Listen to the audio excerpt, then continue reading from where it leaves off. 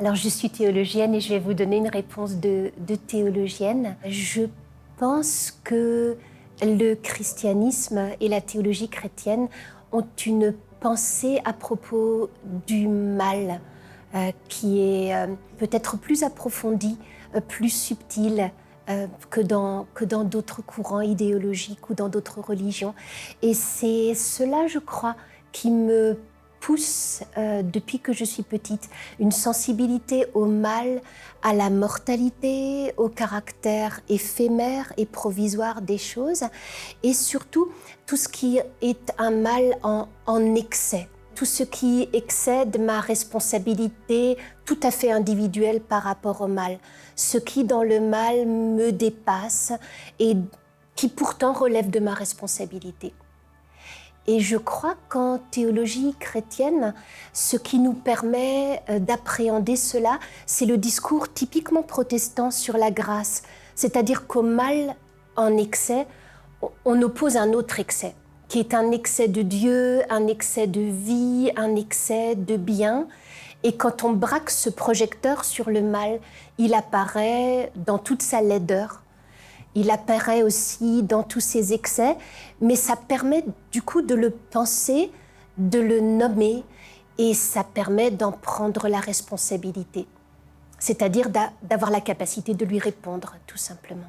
Voilà, pour moi, l'engagement pour le bien commun, c'est d'abord une sensibilité à la puissance du mal et à la puissance de la vie de Dieu en face. Je pense aussi que la théologie chrétienne est capable d'envisager le mal comme quelque chose de structurel, comme quelque chose de systémique, comme quelque chose qui dépasse ma bonne volonté. Alors que je crois qu'au contraire, le bien, lui, n'est pas structurel. Le bien a besoin de visage. Il n'est pas impersonnel. Si le bien était une structure, Jésus de Nazareth ne se serait pas promené sur les routes de Galilée à guérir des individus. Il aurait monté un hôpital et puis il aurait guéri des lépreux à tour de bras. Mais justement, Jésus de Nazareth ne parle pas, ne proclame pas un bien structurel. Il proclame un bien qui a un visage. Et je crois que la responsabilité du chrétien, c'est d'essayer de donner un visage au bien.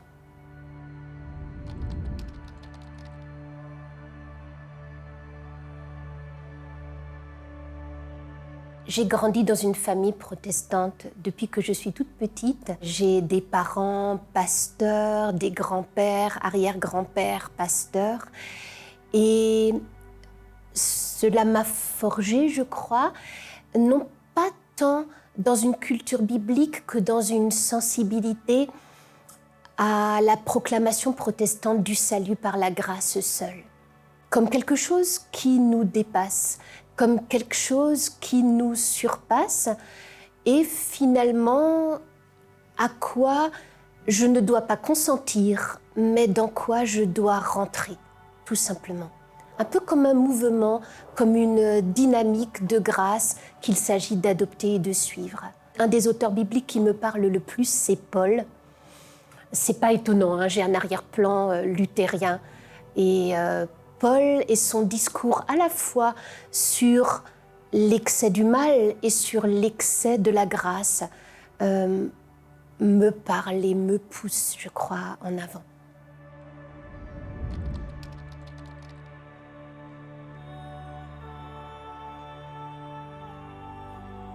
Je crois que prêcher un excès de grâce nous demande d'adopter une éthique de la perte, d'accepter de perdre sa dignité d'abord. Je crois que c'est d'abord une perte au niveau individuel. Accepter de prononcer vraiment en vérité ces versets du Nouveau Testament qui disent « Je ne suis pas digne ».